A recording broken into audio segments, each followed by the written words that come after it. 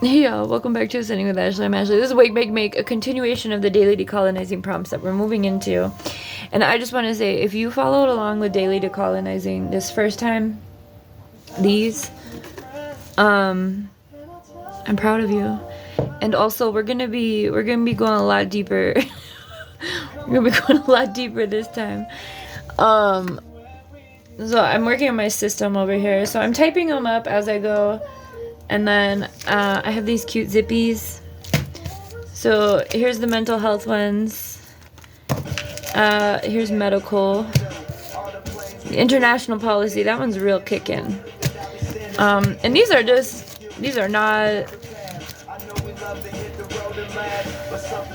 these aren't, I don't know, I feel like I'm gonna be doing some presentations. This is gonna be a totally different format of presentation for the collective, because I think we're gonna have to go, I don't think that these are gonna be common knowledge, is what I guess. Not all of them, at least. There may be certain groups of people who have a good idea about some of them.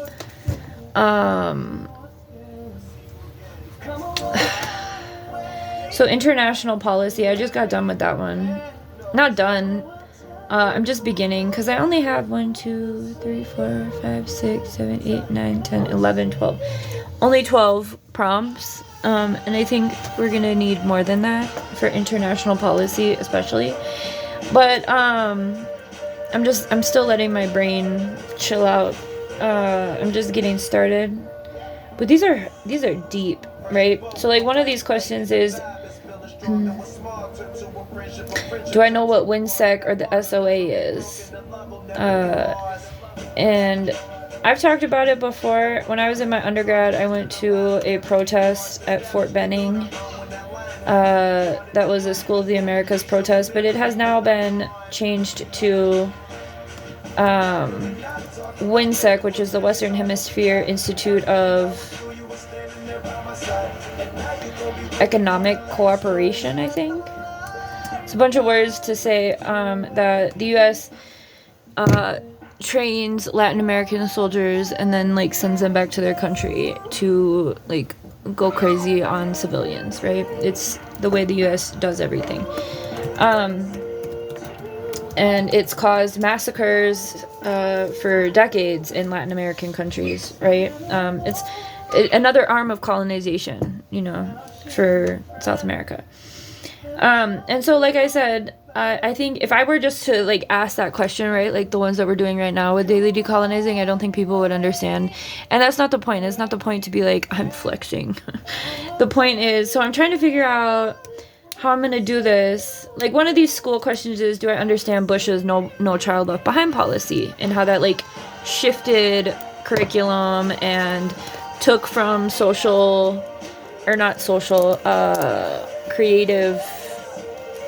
creative, what is the word I'm looking for? That policy took a lot from the arts. And then it like also it made testing like the central measurement of intelligence, right? But like I'm not an expert in that. I just know, I remember because I wasn't in school anymore. I don't think. I was like finishing high school when Bush was there, so that policy didn't really affect me in my education. But yeah, so that's what we're talking about. One of the questions for the mental health stuff is like, do you know Reaganomics? Reagan's deinstitutional program back in the 80s caused a lot of folks with mental health and drug issues to be completely abandoned by the state, and the state stopped creating resources for them, right? It turned it into more of a criminal justice situation, which is what we're seeing now with homelessness being so rampant, as well as drug stuff. And then to the drugs, I think it's funny because I have been waiting my whole life to do shit like this. So the drugs, we understand, especially people who know about the Middle East and the poppy seeds and their poppy flowers, and the opioid addiction, right? Where I grew up, the opioid addiction, like, really took over. I've lost friends because of it. And so one of these questions for the international policy is, do I understand the military's role in bringing drugs into the countries? Not just the United States, but other countries as well, right? Working with cartels. Super real. So if you have any ideas of how we can, I'm not sure. Maybe I'm just gonna have to get resources for everything. But I really like doing this stuff because I think that one of the things that's most important about learning new stuff is asking questions, right? And so as I am forming these questions to pose to people, it's making my brain go really excited about,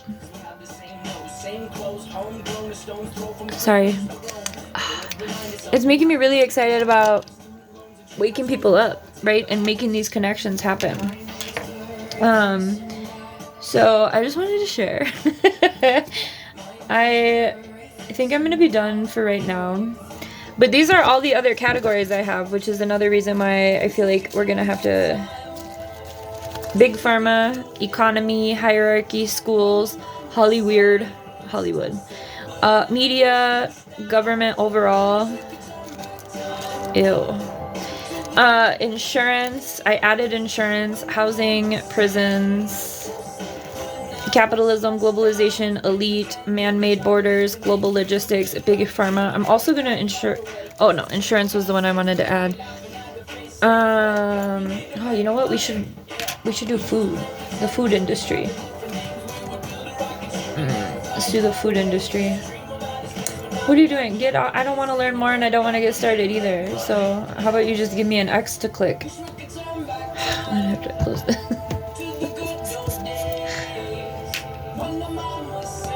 Us to sleep and now we're stressed out. Alright, here we go. What did I just say? Oh, food industry. So anyway, I'm really excited about this. I'm really excited. So I'm gonna keep working on this.